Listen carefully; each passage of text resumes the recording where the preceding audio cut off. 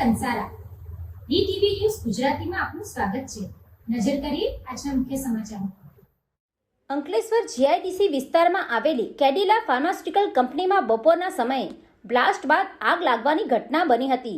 કંપનીના MPP2 પ્લાન્ટમાં sodium carbonate load કરવાની કામગીરી દરમિયાન અચાનક બ્લાસ્ટ થયો હતો, જેના પગલે પ્લાન્ટમાં આગ ફાટી નીકળી હતી। ઘટનાના પગલે કંપની પરિસરમાં અફરાતફરીનો માહોલ સર્જાયો હતો। આ અકસ્માતમાં દલોલ પ્રસાદ પ્રકાશસિંહ રહેવાસી સોનમ સોસાયટી ગડખોલ તથા ભાઈલાલ પરમાર રહેવાસી અંદાળા ગંભીર રીતે દાઝી ગયા હતા। બંનેને પ્રાથમિક સારવાર માટે ભરૂચ ખાતે ખસેડાયા બાદ વધુ સારવાર અર્થે વડોદરા રિફર કરવામાં આવ્યા હતા। તબીબો અનુસાર બંનેની હાલત નાજુક હોવાનું જાણવા મળ્યું છે। ઘટનાની જાણ થતાં ફાયર બ્રિગેડની ટીમ તાત્કાલિક ઘટના સ્થળ પર પહોંચી આગ પર કાબુ મેળવવાની કામગીરી હાથ ધરી હતી। હાલમાં ઘટનાના કારણોને લઈને ઇન્ડસ્ટ્રીયલ સેફ્ટી એન્ડ હેલ્થ વિભાગ દ્વારા તપાસ શરૂ કરવામાં આવી છે। સાથે જ પોલીસે પણ તપાસ શરૂ કરી છે। मेरा नाम दुर्गेश कुमार बैस है।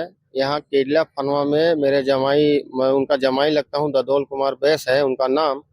यहाँ 12 बजे उनको यहाँ पे कंपनी में आग लगी थी, लेकिन मेरे को यहाँ पे 3 बजे गांव से अपडेट मिला हुआ है और मैं यहाँ कंपनी पे आया। आप यहाँ पे मेरे को कोई अपडेट नहीं दे रहे हैं कि वो भाई के साथ क्या हुआ क्या नहीं हुआ। मैं गेट पे आ रहा हूँ तो मेरे HR वाले मेरे को एक गेट से वो पीछे वाले गेट से निकाल के ले जा रहे हैं कि मीडिया वाले को नहीं बोलना है ऐसा।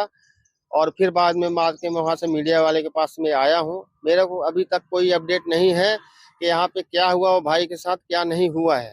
उसके गांव वाले जिंदा है कि मर गया है, मेरे को भी नहीं पता है।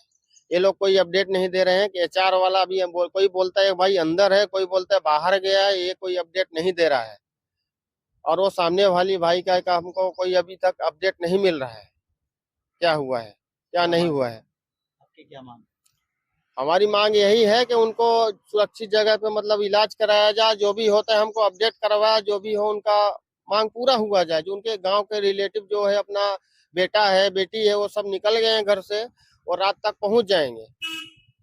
बस मेरा कहना यही है। Pintu Modi, DTV news, Ankleshwar.